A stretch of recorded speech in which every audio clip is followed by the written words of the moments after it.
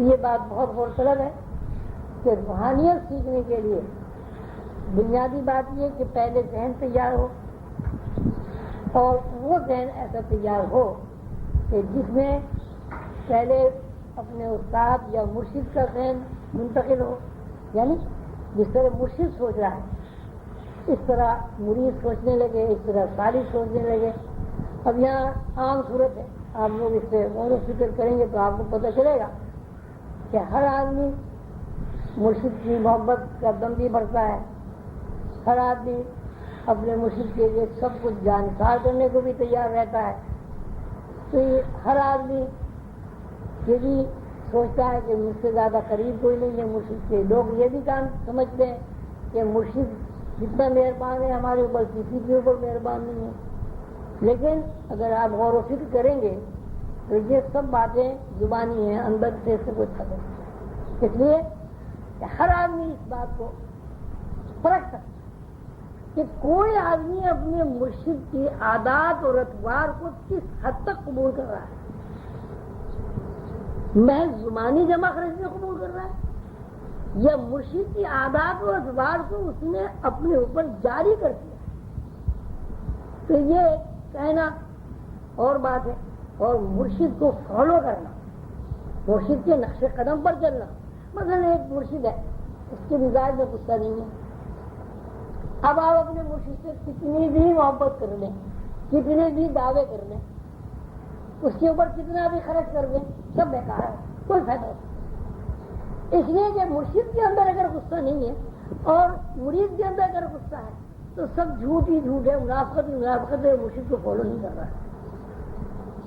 اگر مرشد کے اندر دنیا کی محبت نہیں ہے، دنیا میں وہ رہتا بھی ہے، اچھا کھاتا بھی ہے، اچھا پہنتا بھی ہے، اب آپ کو یہ سوچنا چاہیے کہ اس کی دنیا داری کے باوجود اس کے اندر دنیا کی محبت ہے یا دنیا کو وہ ایک روٹین کے طور پر استعمال کر رہا ہے، سرائے کے طور پر اسے استعمال کر رہا ہے. اگر مرید کے اندر دنیا کی محبت ہے، لالچ ہے، بہت کاروبار کا پھیلاؤ ہے، زمینوں کا خریدنا ہے، اولاد کی طرف سے فکر مندی ہے، تو منافقت سے جھوٹ ہے. دیکھنا یہ ہے کہ مرشد کے اندر جو وہ دنیا کو بھرپور استعمال کر رہا ہے یہ نہیں کر رہا ہے، اس میں اس کے ذہن میں ہمارے ذہن میں کتنا فرق ہے. اب نشانی اس کی یہ ہے کہ اگر کسی آدمی کے اندر استغنا اللہ تعالیٰ کی طرف سے منتقل ہو گیا اس کی پیر و مرشد کی مہربانی سے، تو وہ دنیا کی ہر چیز کو بھرپور استعمال کرتا ہے، لیکن اس کے ذہن میں کسی چیز کی قیمت نہیں ہوتی. وہ دنیا کی ہر نعمت کو استعمال کرتا ہے، لیکن اس کے ذہن میں ہر نعمت کا حصول جو ہے وہ اللہ کا دیا ہوا ایک انعام ہوتا ہے. مثلا اگر وہ مرغی کھاتا ہے تو وہ بھی یہ سمجھتا ہے یہ اللہ نے دی. اگر وہ چٹنی کھاتا ہے وہ سمجھتا ہے یہ بھی اللہ نے. اگر وہ روکھی روٹی کھاتا ہے تو وہاں بھی آپ اس کو اسی طرح خوش ہوتے ہوئے کھاتے دیکھیں گے کہ جس طرح وہ چٹنی خوش ہو کر کھاتا ہے. اگر ایک آدمی مرغی کھا کے خوش ہوتا ہے اور چٹنی کھا کر خوش نہیں ہوتا یا روکھی روٹی کھا کر خوش نہیں ہوتا، آپ برملا اعلان کر دیجئے کہ اس آدمی کے اندر استغنا نہیں ہے.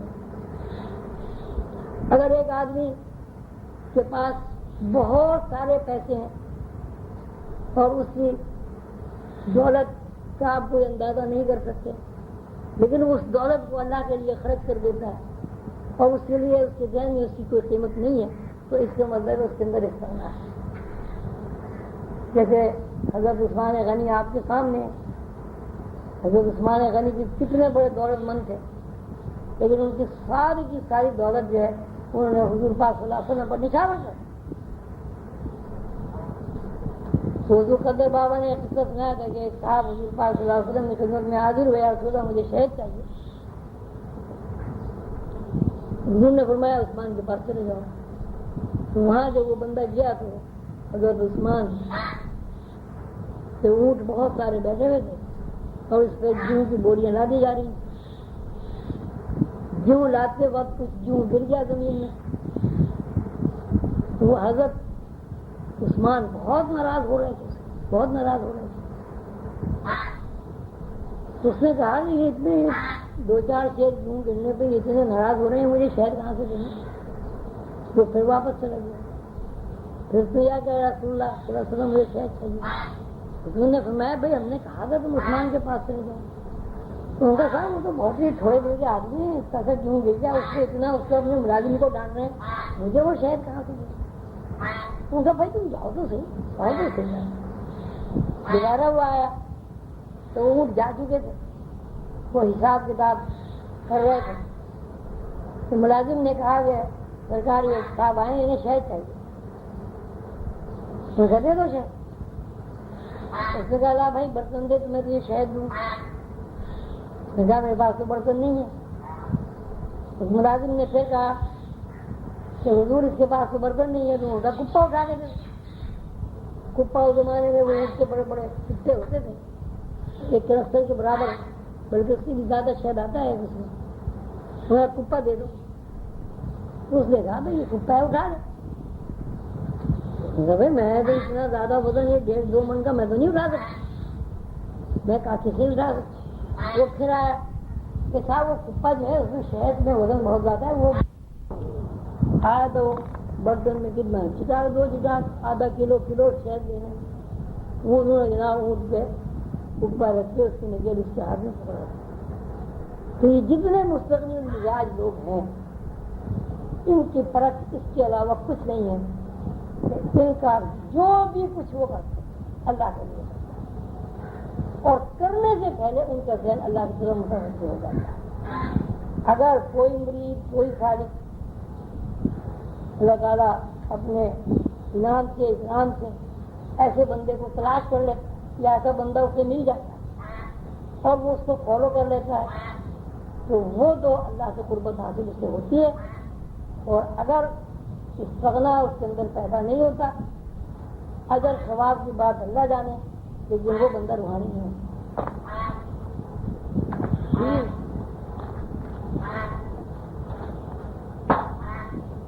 کچھ نہ کچھ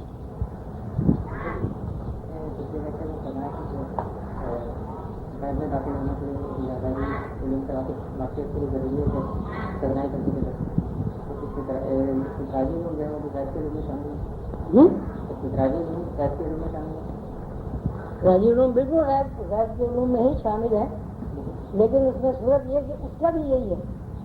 اگر ان کے اندر ذہنی یکسوئی اتنی پیدا نہ ہو جائے کہ وہ دنیا کی جو علاق ہے انہیں چھوڑ دیں تو وہ بھی کامیاب نہیں ہوتے. یہ بالکل الگ بات ہے، چیزیں ان کے پیش نظر رحمانیت نہیں ہوتی، اس لیے وہ کچھ سیکھنے کے بعد دنیا کی طرف متوجہ ہوتے ہیں. لیکن زیادہ تر ایسے لوگ ہوتے ہیں استدراج والے بھی کہ وہ دنیاوی معاملات سے ان کی دلچسپیاں بہت کم ہو جاتی ہیں. یہی وجہ ہے کہ استدراج کے جاننے والے لوگ باوجود انتہائی تلاشی نہیں ہوتے. یہ جو عامل قانون شامل ہیں انہیں کوئی علم نہیں آتے، ایسے بیٹھے ہیں بیوقوف بناتے ہیں. رحمان کے نام پر بھی لوگ بیوقوف بناتے ہیں، شیطان کے نام پر بھی لوگ بیوقوف بناتے ہیں. علم نہیں ہوتا. علم کے لیے ضروری ہے کہ اس کے اندر رحمانی علوم سیکھنے کے لیے استغنا کا ہونا ضروری ہے.